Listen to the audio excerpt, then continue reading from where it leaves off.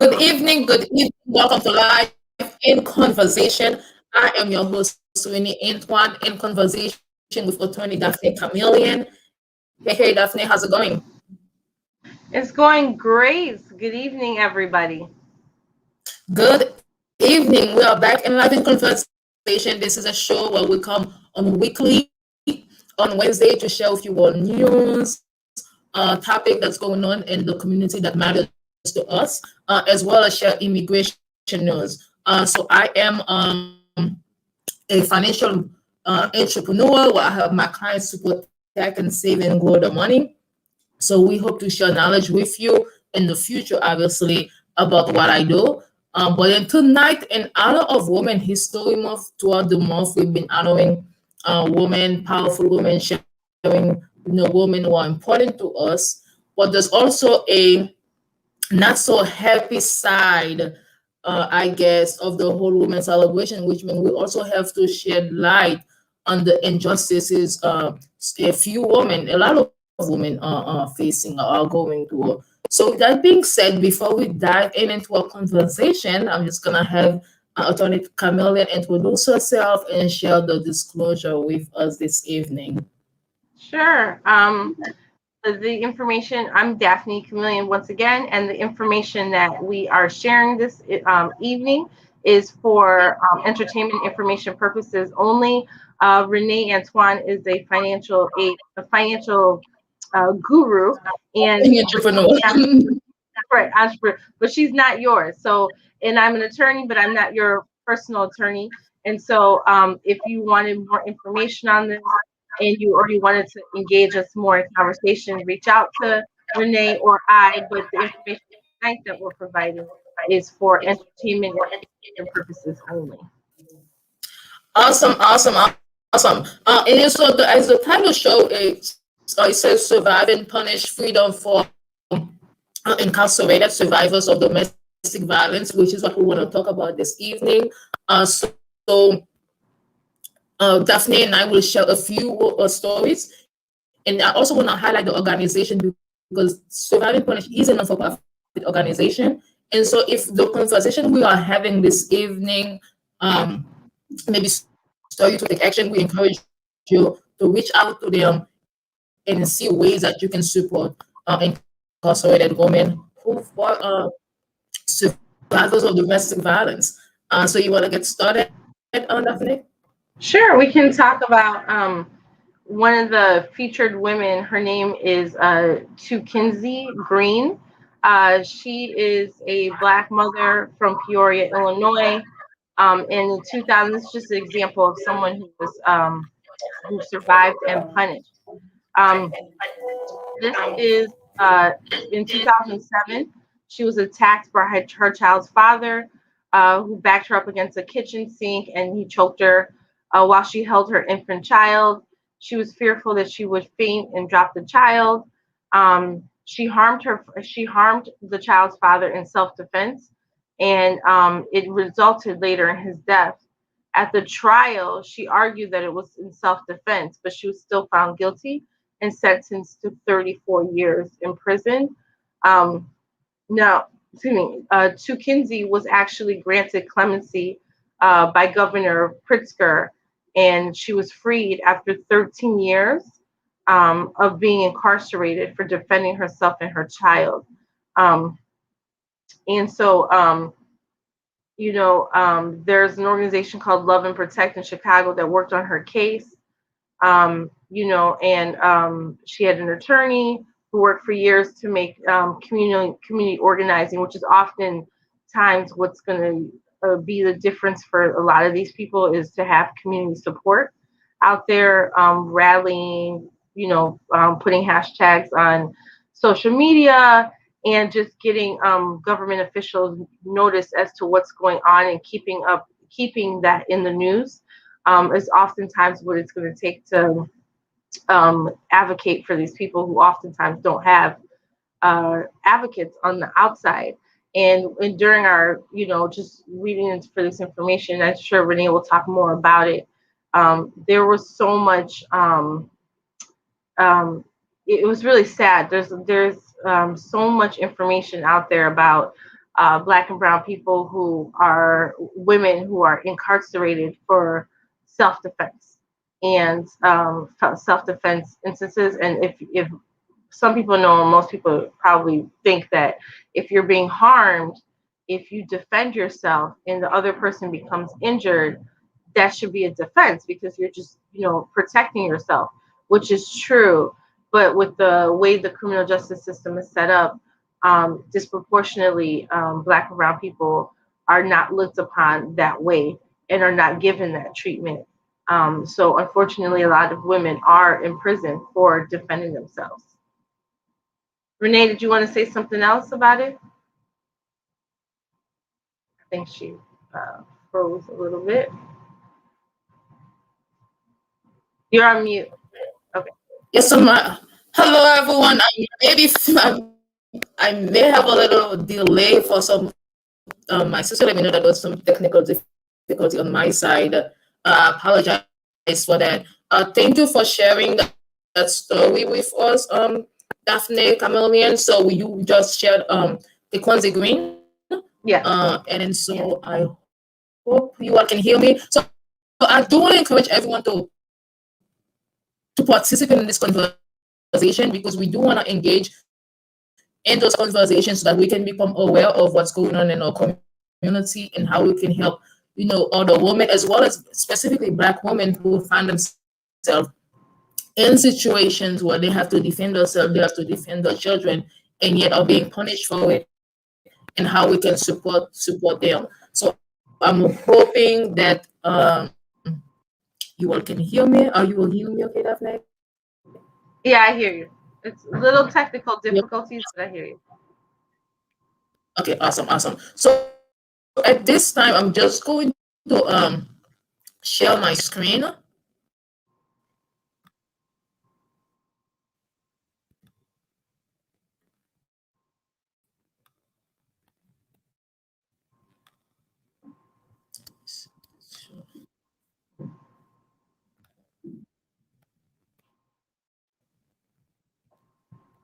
It may be a little slow. Yeah, I should have.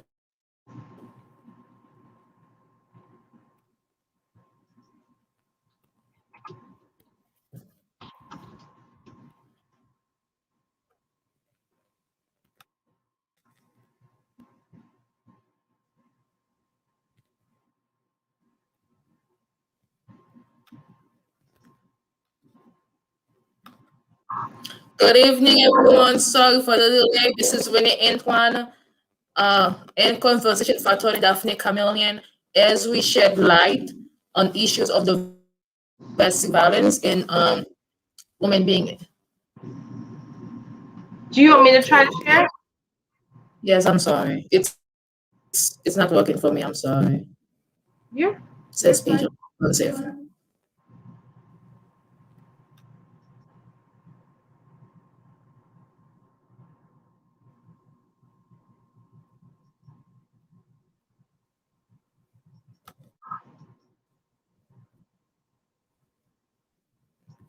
Can you see that or no?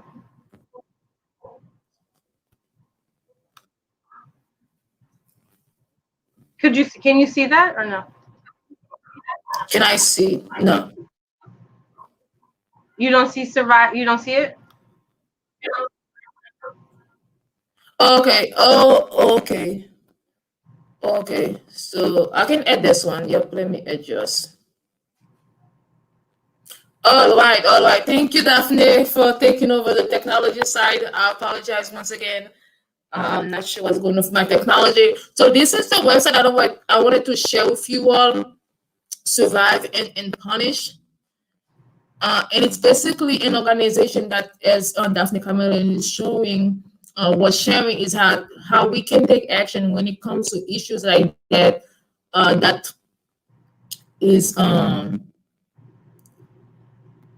is really. Give me a second. I cannot see.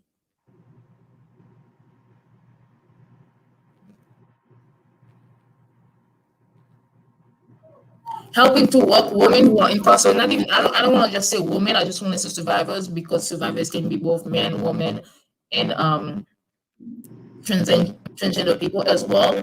And then, so we're just gonna say survivors.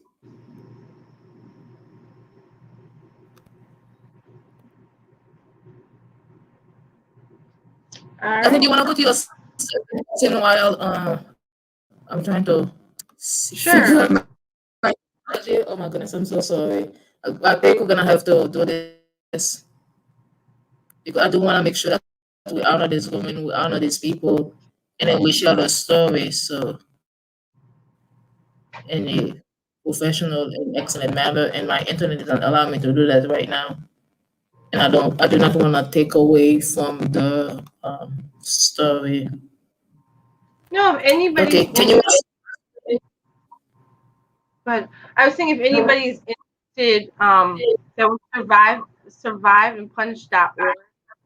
If anyone's interested in learning about some of the stories of these ladies, um, or participating, there's something going on tomorrow.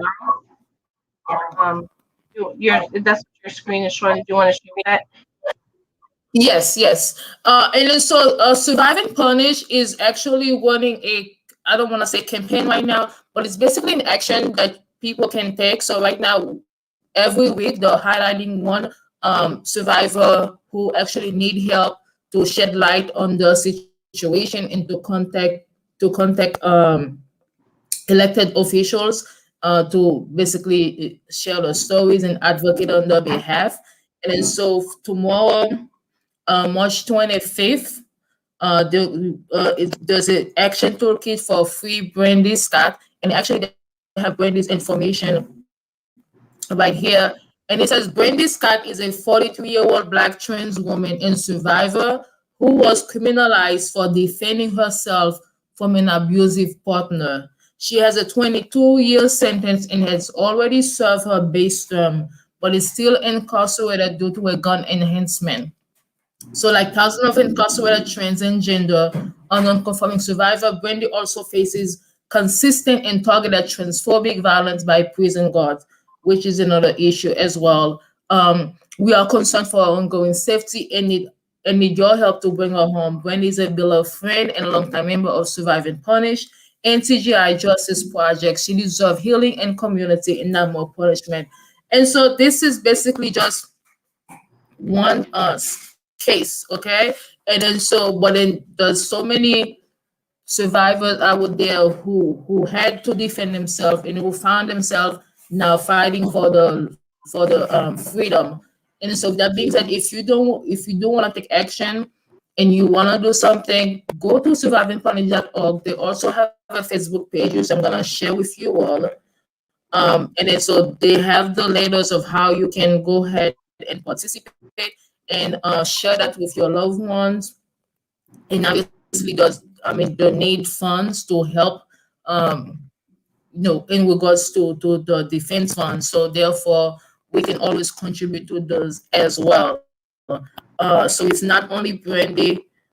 We have also, I had it here. So here it is. Okay. So it's gonna be 1, 2, 3, 4, 5, 6, like 6 weeks of action. I'm sorry, 7. And so every week it's gonna be survivors that we looking to, not we, I'm sorry, Survive and Punish is looking to highlight and is looking for, the communities to go ahead and advocate on their behalf. Um, well, I'm not sure if this is, if you hear me clearly, but you hear me? Okay. I can hear you. Okay. Yeah, good, good. All right. So let me continue. So on March 11, they did a inaction kit for Stacy Home. Again, similar story. And again, these are the way that you and I we can take action, and then how we can support.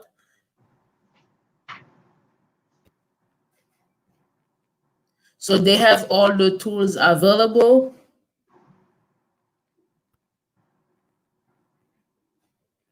So you and I, we can go ahead and help. So let me go back.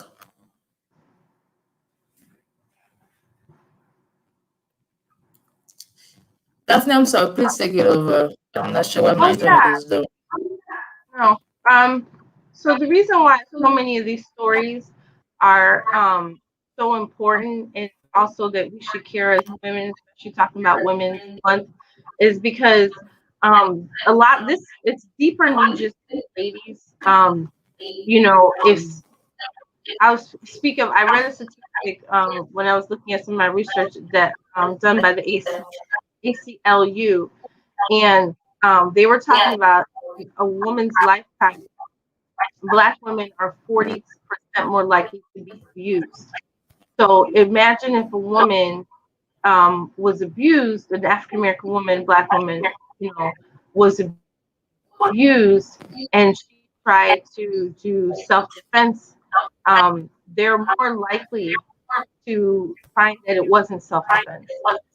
That goes that's a lot deeper than just what's going on. It's psychological. It's what's being taught. Media, everything. Black women are strong. They don't feel pain. Um, they're incapable of feeling pain. That they're the aggressors. There's so many stereotypes that have a negative effect, and it trickles all the way down um, the the criminal system. So um, that's one of those things that's very interesting. It's sad, but it's something to educate uh, yourself about this. So if you guys are interested, surviveandpunish.org.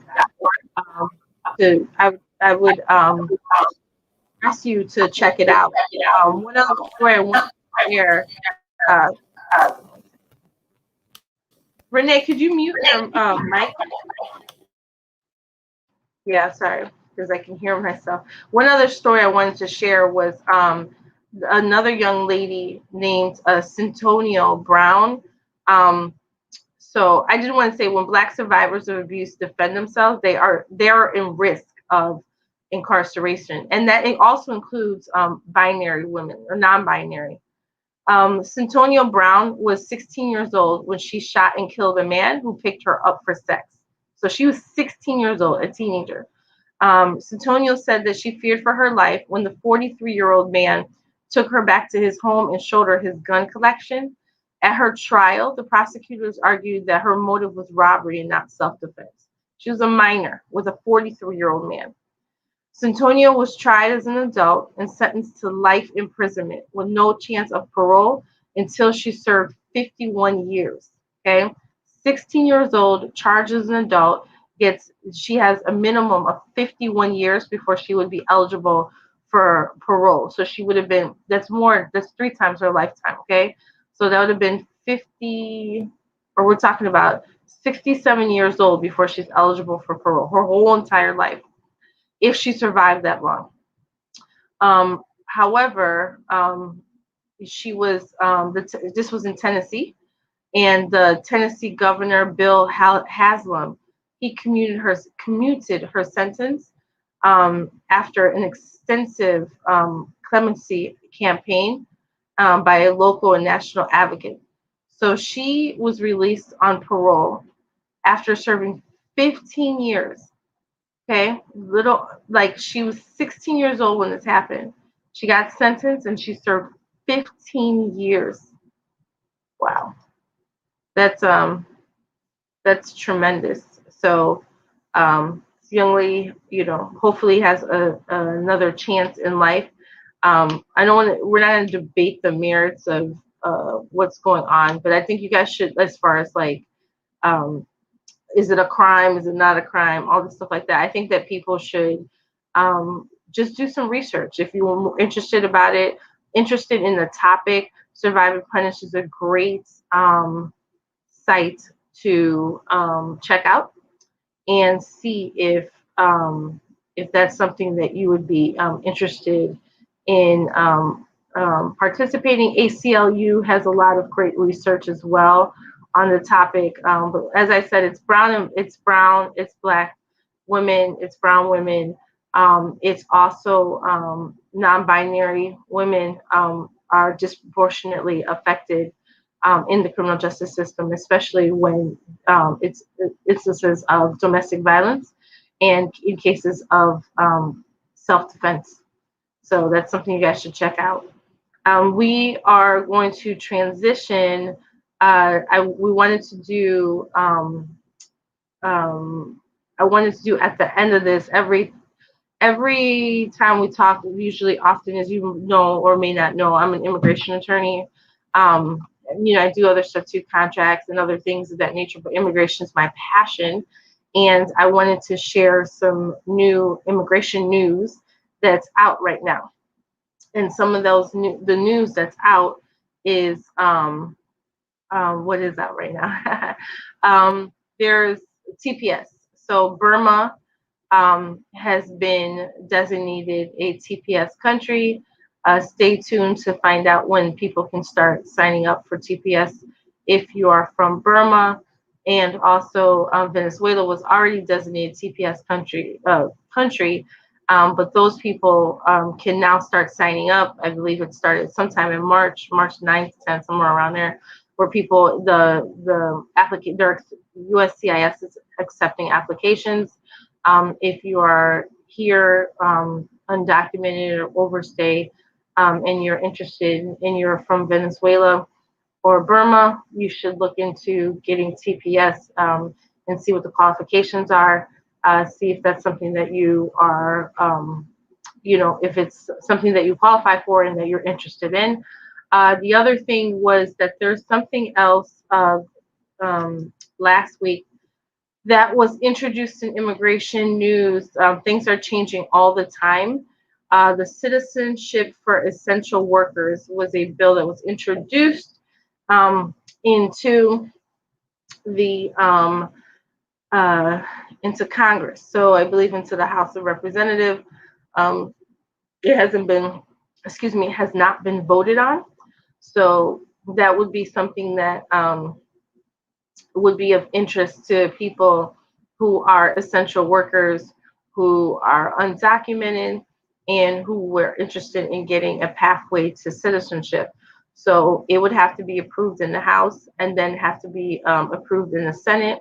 And once that occurs, then the president signs it and it becomes a law. So stay tuned.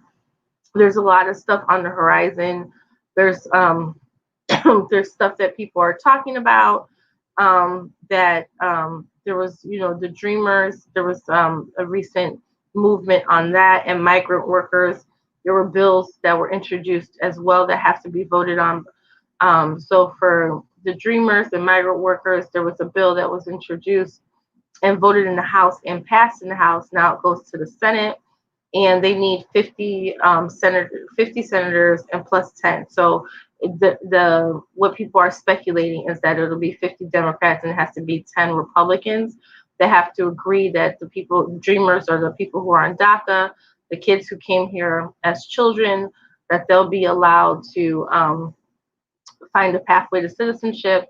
And then also there was a separate bill for migrant workers. So if those things are voted on and passed, that would be a big step for immigration, and to help those people get some relief and get pathways to citizenship. So there's lots of new interesting things going on. And that's it for immigration. Renee, are you there? And we apologize for this evening. For whatever reason, we were experiencing lots of technical issues, but that's what happens sometimes when you go live. Thank you for bearing with us. Thank you. I'm so sorry for the feedbacks. I apologize. This has been a conversation. It should have been a conversation, but it was a monologue, unfortunately, because my internet is giving me issues. But with that being said, I wanted this to be a conversation about how we can. Thank you, Cindy. Thank you for supporting us. Appreciate it. Oh yes, Sandy has an upcoming event. So let me just wrap up and then share that with you all as well. That's a great reminder. So I wanted to share with you all, though we are celebrating Women History Month and we are celebrating, awesome achievements of women, of all walks of life, we cannot forget, women, and I don't want to just say women. We cannot forget individuals who basically kind of forgetting, put in a system that was really against them anyway, and did not have a chance, to thrive in a society that has a lot of things going against them. So with that being said, a lot of these people find themselves in, obviously, incarcerated because of systematic issues that put them behind bars. So we cannot forget them. We also have to remind ourselves that we all, any one of us, by the grace of, if it's not for the grace of God, it could have been any one of us in those situations. And so that's why it's important for us to have this conversation. It's important for us to share the work of those organizations such as Survive and Punish. And obviously, those COVID, a lot of us are maybe having financial difficulties right now, but that doesn't mean that you cannot support anyhow. So sharing the information, what we're doing now, bringing awareness, that's all supporting. And even actually, when you go to the website, I don't want to just try that again because my technical is well. But there's those way that you can connect with those individuals. Maybe write a letter, not only write a letter to your elected official, but also you can write a letter to those survivors to encourage them, to help them. And then so we do want to highlight an upcoming event this Sunday that is being facilitated by in collaboration with Daughters of Haiti of Chicago, with Haitian Congress to Fortify Haiti, who's going to highlight, Haitian women and history, especially and you go to the Haitian history, and especially the Haitian Revolution. And so we're going to share stories of fearless, brave, bold, black, and beautiful women, and that we can learn from. That people I'm going to be one of the presenters, and I know there's a few other presenters with the media as well. So it is a free event. You can go to Daughters of Haiti.org. I'm going to put it in the comment if you want to participate. Because all of us, or when I say all of us, I'm talking about Haitians. We know of Captain Flom. Who saw the flag, who created the flag. But there are many, many women in the Haitian history who was part of the revolution that most of us, I would say, do not know of. And then so as we are celebrating Women History Month, it's important that we highlight them. So that's what this event is going to be on this Sunday at 6 p.m. Obviously, it's going to be virtually because of the whole COVID situation, but you should have a great time. Anything you'd like to add, Attorney Daphne Chameleon? Hopefully, you all been hearing me. You muted. Sure, of course I'm muted. Can they can register on Daughters of Haiti on their Facebook site? I don't know. Do they have a website? They do have a website, but I'm blinking. But I know Daughters of Haiti. They have a Facebook page. They might have a link to their website. Um, if you find it, put in the chat, and then I'll mention it. But I'm also a featured speaker as well. Um, so I will be featuring a woman of the Haitian Revolution and her contributions to Haiti. So that will be exciting. If you want to learn more about it, you can go to Daughters of Haiti in Chicago, their Facebook page. You just type in Daughters of Haiti in the search button. You should be able to find it. Find their first page, and you can just register. Link should be on there. You should be able to register. It is a free event, but they are asking people to register, and so and I'll link to it on my own Facebook page, so people will have the opportunity to do that as well. I'm sure René will too. So, and if you're having any difficulties finding information about the project, go ahead and you can send us a DM, and we will get back to you. Did you want to add anything else, Renee? We're coming up on 9 o'clock.